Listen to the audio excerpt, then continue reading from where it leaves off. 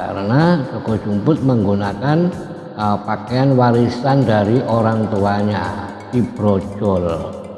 Jadi orang tuanya itu dulu bertapa, orang tuanya Joko Jumput itu Ki Brojol itu, karena lama nggak punya anak dengan Nyai Tanjung Sari.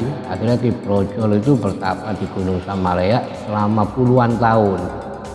Nah, menjelang sudah usia tua, sudah kira-kira itu kalau sekarang itu sudah 60 lebih ya.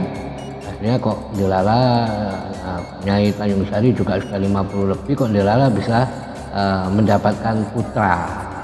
Itu yang lahir bayi dinamakan Joko Jumput. Jadi begitu Joko Jumput masih kecil, belum 2 tahun, Ki Brojol ayahnya tadi meninggal karena faktor usia ya, sudah tua.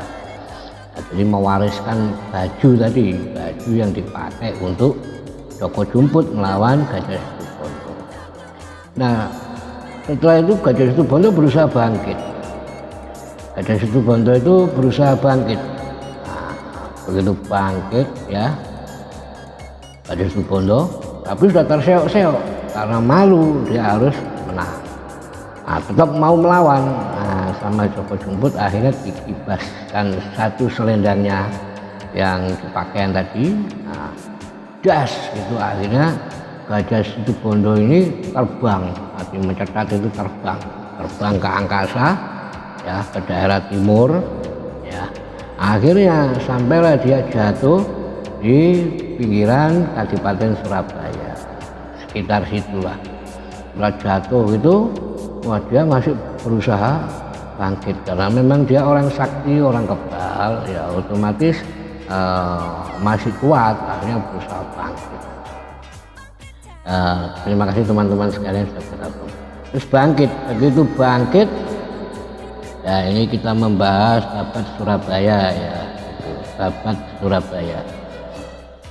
Nah, dari bangkit Gajah Situbondo tadi bangkit, terus terseok-seok, dia lari menuju ke kadipaten itu. Nah, sedangkan di daerah sekitar kabupaten itu banyak anak buahnya Gajah Situbondo, pasukannya yang memang disuruh menunggu di situ ya, termasuk Pati Bledug ya, termasuk Senopati Gagak Celeng ada di situ dan pasukannya bersenjata lengkap ada di situ. Nah, terus si Joko Jumput berteriak, "Hei wong lacut itu, wahai orang jahat, Gajah Situbondo, jangan lari kamu." Nah, gitu ya, hadapi saya, jangan lari, ayo. Nah, terus akhirnya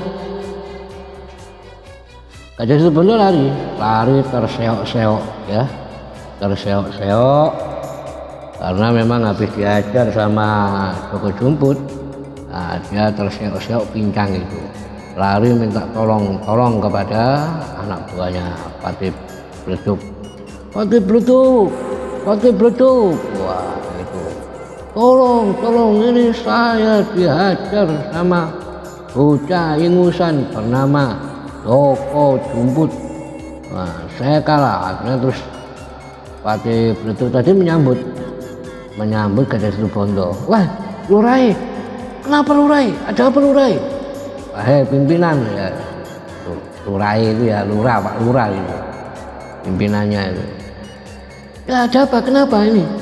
"Waduh, saya dihajar sama Joko Jumput. Tolong saya, kamu hadang itu Joko Jumput, jangan sampai masuk sini." Gitu.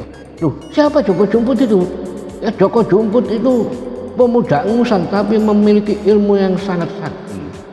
Nah, tolong hadang ini, saya mau masuk ke kadipaten, saya mau mengambil tosan aji saya, senjata saya, tosan aji saya.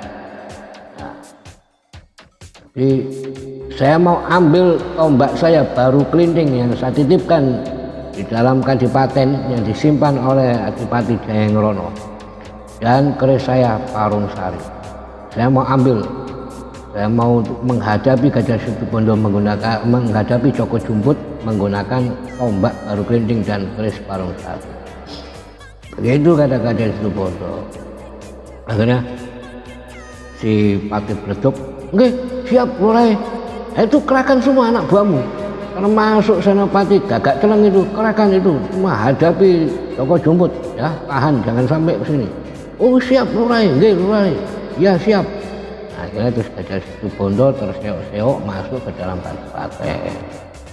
Dalam kadipaten itu teriak-teriak ya, nuwun Kang Mas Jayeng Rono, Kang Mas Jayeng Rono, teriak gitu. Akhirnya terus Adipati Jayeng Rono, Adipati Surabaya itu keluar. Adipati Surabaya itu keluar menemui Gajah Situbondo, bertanya, loh Dimas Gajah Situbondo, kenapa kok wajahmu bengkak semuanya ya, gigimu rompal ya, bibirmu itu berdarah melingsing gitu ya, terus apa namanya jalanmu seok-seok begitu, kenapa, ada apa?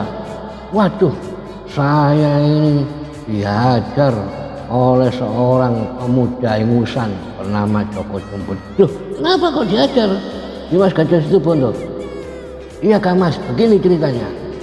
Pada waktu itu ya, pada waktu saya ya membabat alas Surabaya ya, saya pada waktu itu membabat alas Surabaya, terus tiba-tiba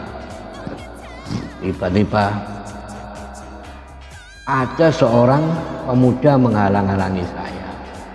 Karena dia menghalang-halangi, katanya saya ini merusak hutan, merusak ekosistem, merusak lingkungan, menyebabkan longsor dan sebagainya. Karena menghalang-halangi saya, akhirnya saya